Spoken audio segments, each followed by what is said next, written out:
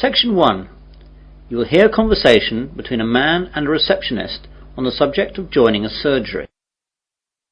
First, you have some time to look at questions 1 to 5.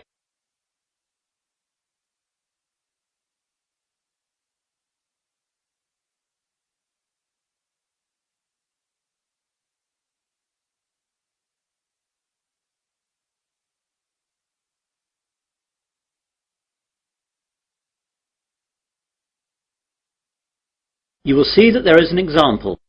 This time only, the conversation relating to this will be played first.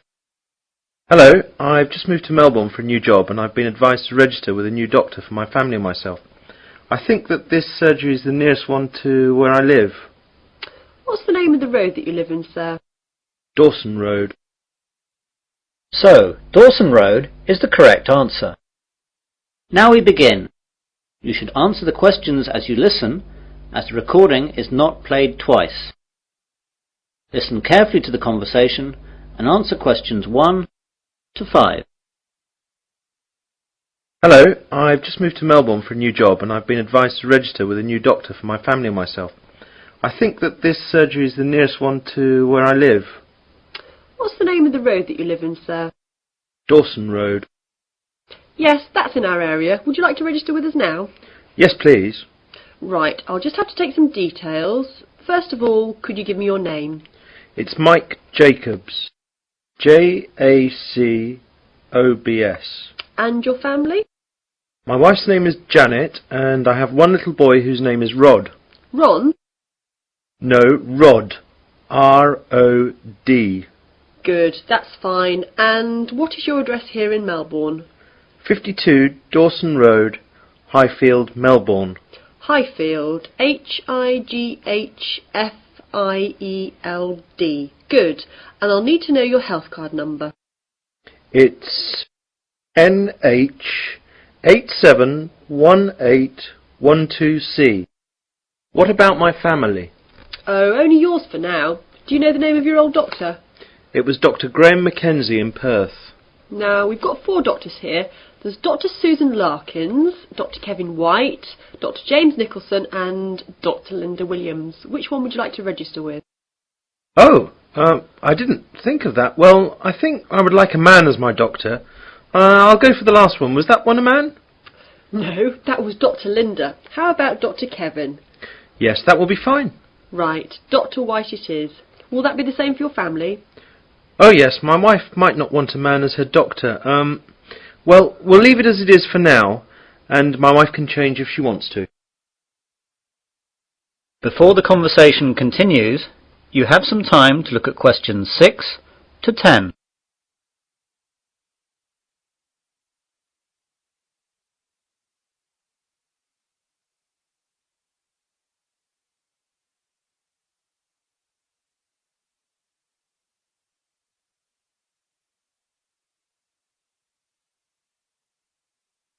Now listen carefully and answer questions 6 to 10.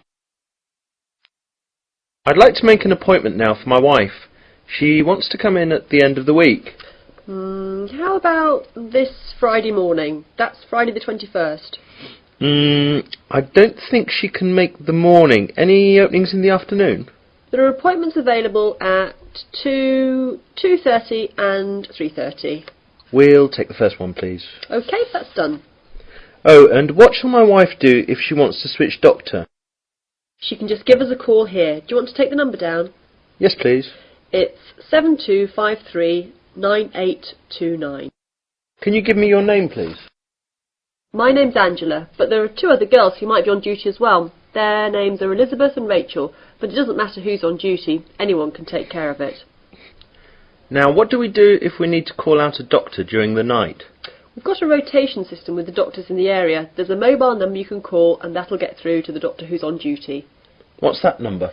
It's 0506 759 3856. Got that.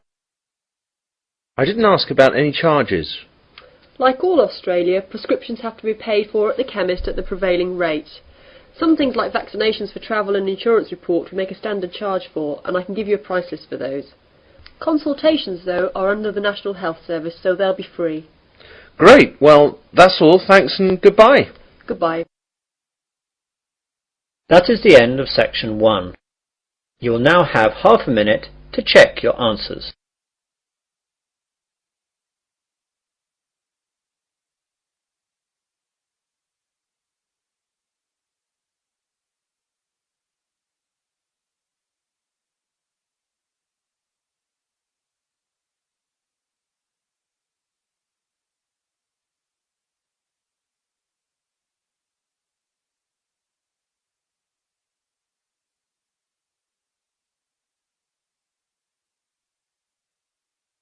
Now turn to section 2. Section 2. You will hear a man giving a guide talk to new students at a university library. First you have some time to look at questions 11 to 16.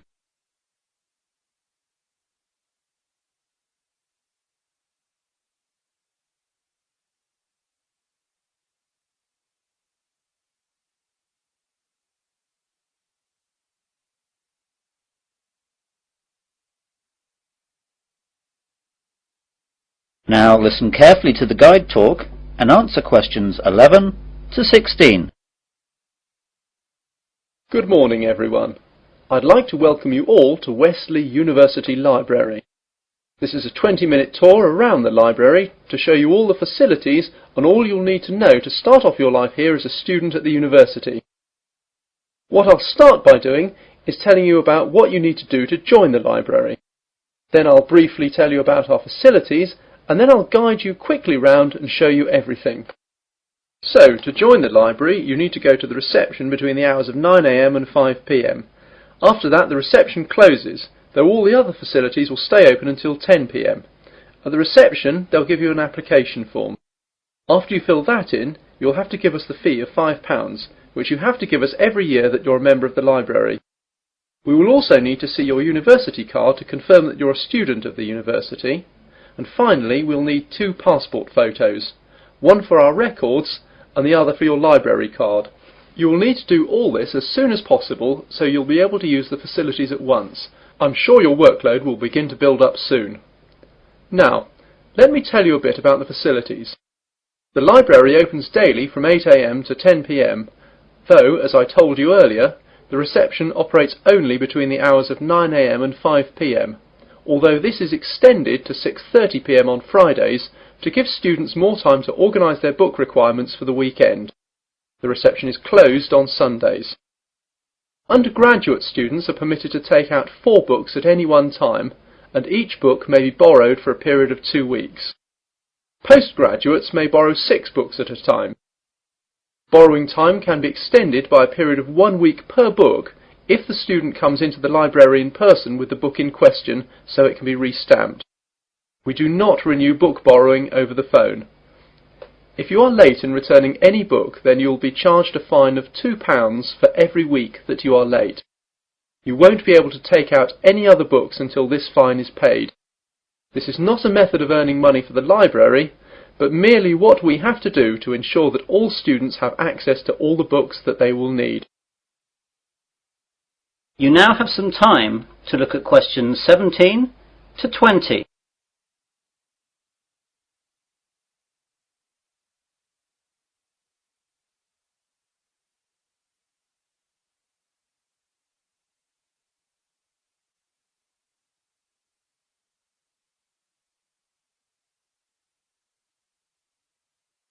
Now listen to the rest of the guide talk and answer questions 17 to 20.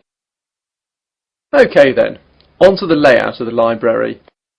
We're on the ground floor of the library at the moment. Here we have the reception, the computers, which you can use to search for books and their location, and the bathrooms, which are behind the reception. The rest of the ground floor is taken up by the non-lending section of the library. Here we keep all the books which are either too valuable or are used too much to lend out. You can reserve time with these books at reception and use them during any time that the library is open, but, of course, you may not remove them from the library. On the first floor above us we have the arts section, which includes books that students will need for subjects such as languages, literature, art and history. On the second floor is the science section. We'll see these in a minute. Of course, individual departments will usually have their specialist libraries in their buildings, though the computer catalogues here will list them so you know where to find everything, whether it's here or in the specialist libraries. Finally, in the basement we have the stack system, which contains the university collection of magazines and journals that we have collected and to which we subscribe. If there's anything that we do not have or that you can't find, please go to reception and let them know the details. The university operates a swap system with other universities, and we can arrange for volumes that we do not possess to be sent here on a limited loan. Well, those are the basic details about the university library. That is the end of section 2. You'll now have half a minute to check your answers.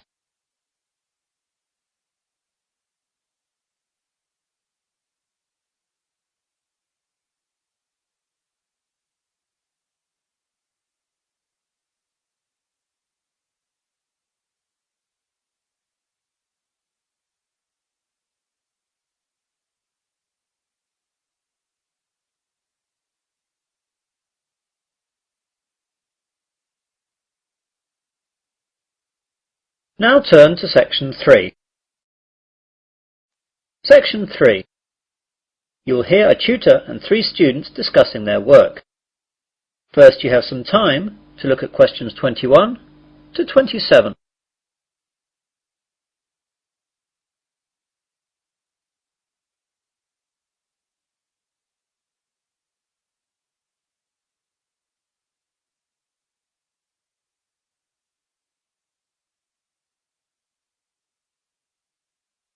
Now listen carefully and answer questions 21 to 27.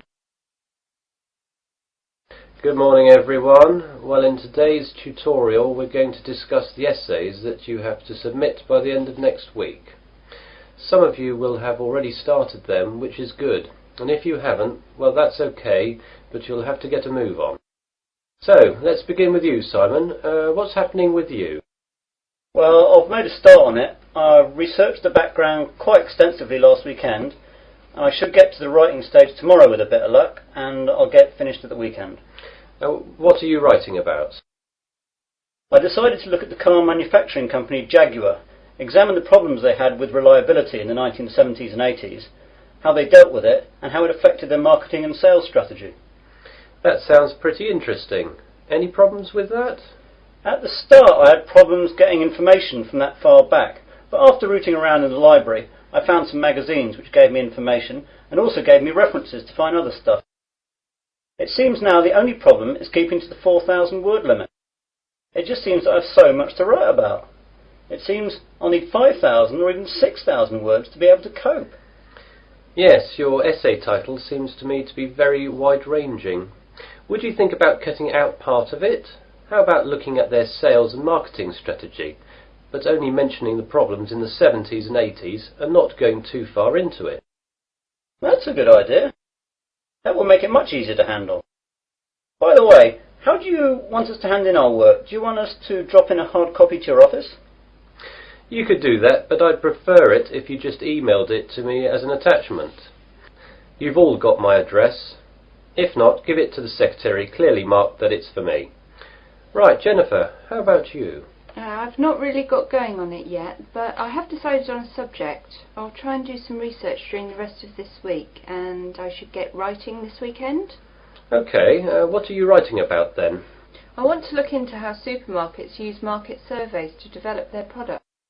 Will you have enough time to find out what sort of things that the supermarkets do? You won't have much time for that. I should be okay. I've had a look in the stack system in the library and I found a magazine that surveyed all the UK major supermarkets and a trade publication that analysed the same things in Canadian supermarkets. Be careful about using their conclusions too much. The university takes a tough stance on plagiarism. Make sure you properly list where you get your information from in a bibliography and try and do your own analysis. Get going too, as that analysis will take a bit of time. Okay, thanks.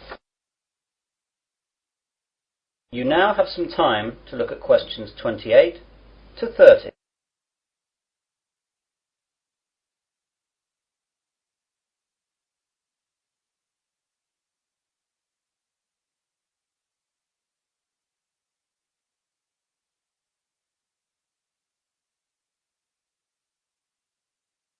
Now listen to the rest of the discussion and answer questions 28 to 30. And Melanie, how is your work going? I'm a bit behind, I'm afraid. I was sick all last week and the weekend with flu. I've got a subject, I think, but I've not done any work on it yet. Is there any chance I can get an extension to the submittal date? The policy of the department is not to give any extensions unless there are extenuating circumstances.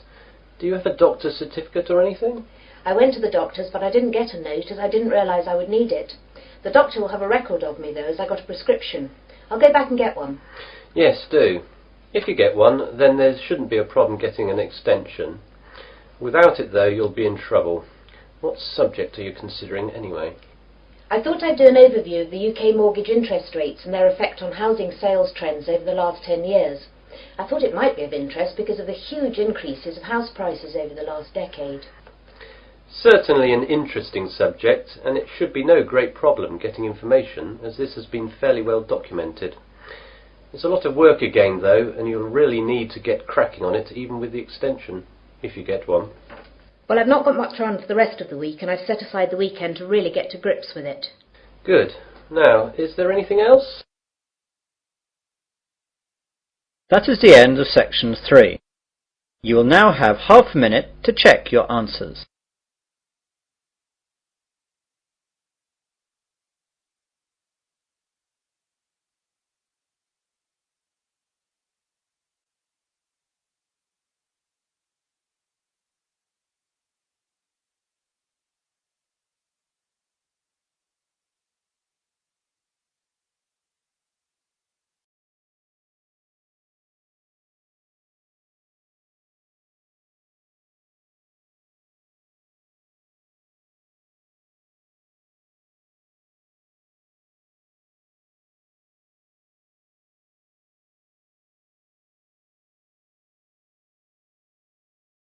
Section 4.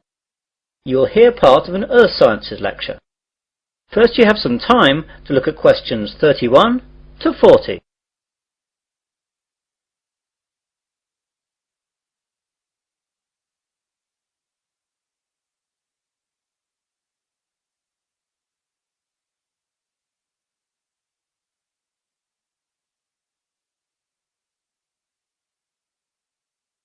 Now listen carefully and answer questions 31 to 40. Good afternoon and welcome to this Earth Sciences lecture. Today we're going to look at tidal waves, or more correctly, tsunami. Deep below the ocean's surface, tectonic plates collide, and every once in a while these forces produce an earthquake. The energy of such submarine earthquakes can produce tidal waves which radiate out in all directions from the epicenter of the quake, moving at speeds of up to 500 miles per hour. When these waves reach shore, they can cause enormous destruction and loss of life. Tidal waves are actually misnamed. They are not caused by tides. A more accurate word for them is the Japanese name tsunami, which means harbour wave. They are also sometimes called seismic sea waves, since they can be caused by seismic disturbances such as submarine quakes. However, that name is not really accurate either, since tsunami can also be caused by landslides, volcanic eruptions, nuclear explosions, and even impacts of objects from outer space, such as meteorites, asteroids, and comets. Earthquakes, though, are the largest cause of tsunami. Tectonic plates cover the world's surface, and their movement can be detected anywhere in the world. Some areas of the world are more prone to greater movement, and it is in these places that the largest waves can occur. Large vertical movements of the Earth's crust occur at plate boundaries, which are known as faults. The Pacific Ocean's denser oceanic plates are often known to slip under continental plates in a process known as subduction. And subduction earthquakes are the most effective in generating tsunamis. A tsunami can be generated by any disturbance that displaces a large water mass from its equilibrium position. In the case of earthquake-generated tsunamis, the water column is disturbed by the uplift or subsidence of the sea floor. Submarine landslides, which often accompany large earthquakes, as well as collapses of volcanic edifices, can also disturb the overlying water column as sediment and rock slump down and are redistributed across the sea floor. Violent submarine volcanic eruptions can create an impulsive force that uplifts the water column and generates a tsunami. Conversely, supermarine landslides and cosmic body impacts disturb the water from above as momentum from falling debris is transferred to the water into which the debris falls. Generally speaking, tsunamis generated from these mechanisms, unlike the devastating Pacific-wide tsunamis caused by earthquakes, dissipate quickly and rarely affect coastlines distant from the source area. Tsunamis are very hard to detect since they cannot be seen when they are in the deep ocean. The distance between two wave crests can be 500 kilometers, and because of this, the wave height is only a few feet. Because the rate at which a wave loses its energy is inversely related to its wavelength. Tsunamis not only propagate at high speeds, they can also travel great transoceanic distances with limited energy losses. As the tsunami reaches shallow water, however, its speed decreases, but the energy it contains remains about the same. Instead of travelling fast, the wave rises high. The National Oceanic and Atmospheric Administration has set up a seismic detection system to monitor earthquakes and predict the possible arrival of tidal waves for Pacific countries. Buoys at sea can also detect water pressure changes that can indicate tsunamis moving through the ocean. But when tsunamis originate near the shore, there is often little chance to warn people. Let's look at some examples of tsunami and their causes and effects. Some can be relatively harmless. In 1992, an offshore landslide caused a tidal wave of only about 3 feet high that struck at low tide, so Humboldt County, where it hit, got off easy with no casualties. On January 13th in 1992, a Pacific Ocean earthquake off the coast of San Salvador, registering 7.6 on the Richter scale, did not cause any ocean disturbance at all. However, a recent tidal wave which struck Papua New Guinea on July 17, 1998, was 23 feet high and killed at least 1,200 people. This wave was caused by a magnitude 7.1 submarine earthquake. On July 17, 1998, a Papua New Guinea tsunami killed roughly 3,000 people. A huge underwater volcanic eruption 15 miles offshore was followed within 10 minutes by a wave some 40 feet tall. The villages of Arop and Warapu were destroyed. One of the worst tsunami disasters engulfed whole villages along Sanriku, Japan, in 1896. An underwater earthquake induced a wave of 35 feet, drowning some 26,000 people. Finally, about 8,000 years ago, a massive undersea landslide off the coast of Norway sent a 30-foot wall of water barreling into the uninhabited north coast of Europe. If this were to recur today, as scientists say it could, almost anywhere in the world it would cost billions, if not tens of billions of dollars, to repair the damage to coastal cities and kill tens of thousands of people. That is the end of section 4. You will now have half a minute to check your answers.